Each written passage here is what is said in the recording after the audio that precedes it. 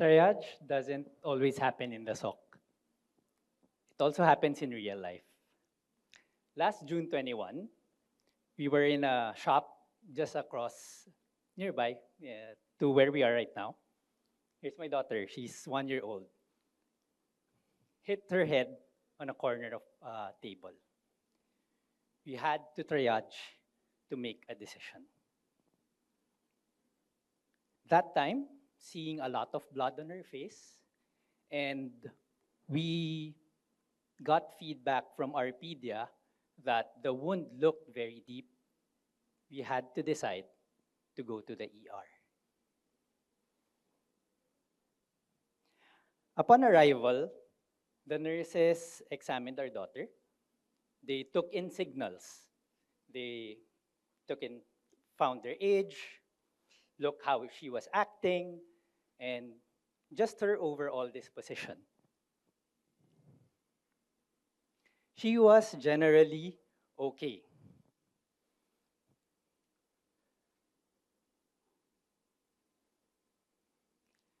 Because of that, the nurses actually gave our daughter a yellow band. This is the prime that the lifesavers in the ER actually help them handle patient efficiently. So the yellow actually means it's urgent but not life-threatening. Similarly, in cybersecurity, we treat alerts the same. We need some sort of priming for our SOC team to handle the alerts properly. But it's easier said than done. So when our SOC team is confronted by 500 million events and 4,000 alerts in a day, priming needs to be embedded in the system. To prime decisions in real time, we would need agents that are faster to think than a human can respond. The first agent comes in to provide a standard level of categorization.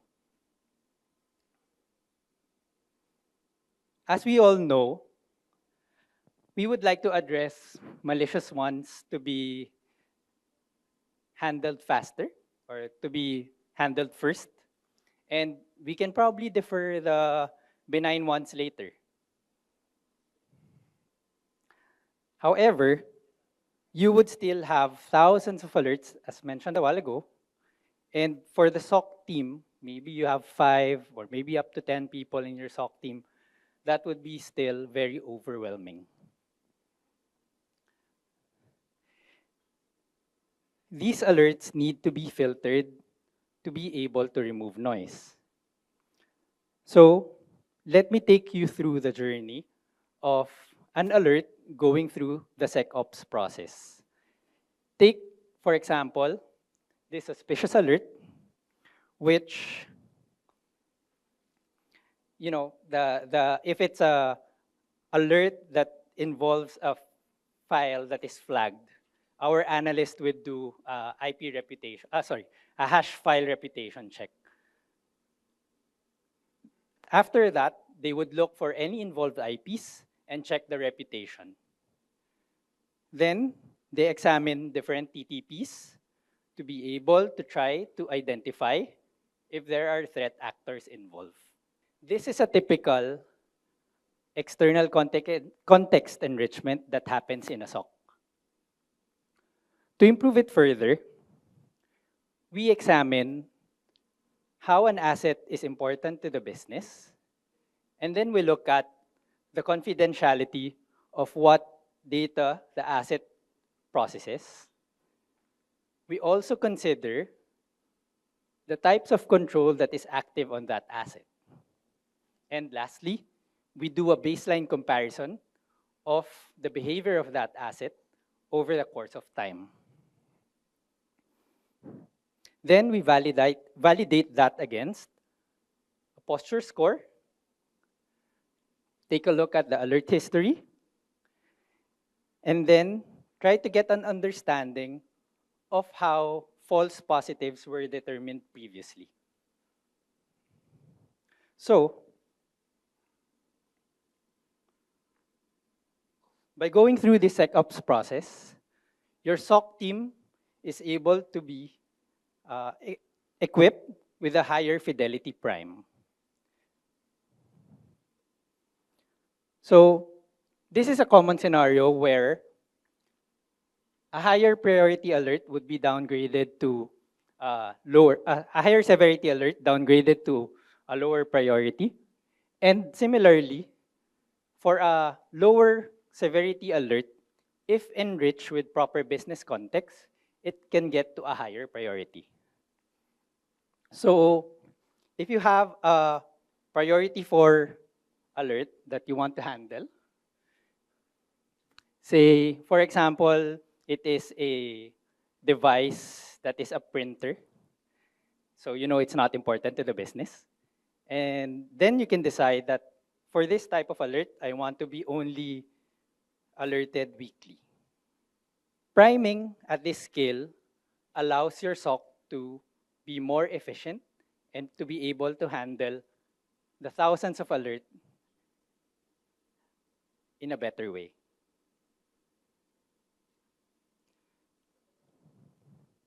So when faced with alert flood, which is common, I think, to a lot of your organizations, your SOC team would be able to prioritize the ones that really matter. So looking at beyond security, for example, you would have use cases that would be about your business, growing your business.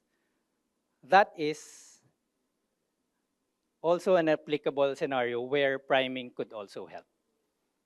Take, for example, in one of our clients, they actually looked at a scenario where they were investigating anomalous behavior in business transactions, which would help them to identify indicators of fraud. They were able to label and tag the data to have priming as a guide for their investigators, their fraud team, to start their analysis and investigation. As a bonus, it's very good because for this particular customer, they were able to use the same data source, which was used for cybersecurity and for the fraud investigation, to be able to generate multiple types of intelligence. So, thinking if you're in an ER or triaging when you're in an ER or in a war room,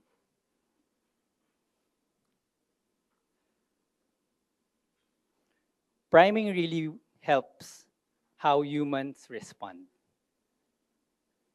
And with that, I want to have everyone to take away 4 core principles that I believe everyone should be able to take away with you. First, raw data in its format, it's in raw format, is not valuable on its own. It turns into valuable, powerful data if it's turned into context. Like in cybersecurity, you have the importance of an asset being able to determine how an alert should be handled. Because at the end of the day, data actually fuels priming. Second, when throwing AI at a problem, sometimes it actually does the reverse. It would accelerate confusion rather than helping address the situation. In a scenario where we deal with time-sensitive decisions, such as cybersecurity incidents,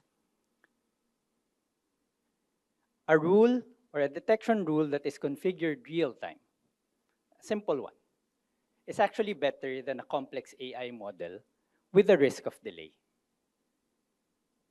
So always be intentional in how you use technology because maybe a rule is better than an AI model.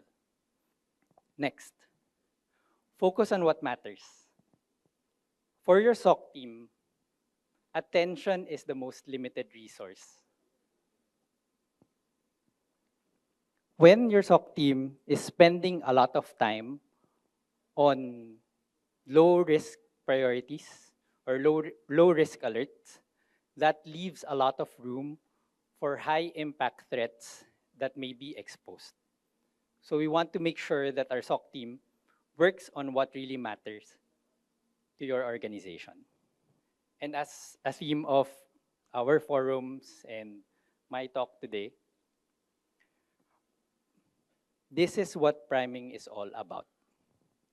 It's not, it's about starting every decision, not with additional alerts or more tools or more dashboards. Rather, it's starting with the right context, sent at the right time to the right people. So if you want to start talking and doing priming at scale, feel free to reach out and contact us. Thank you.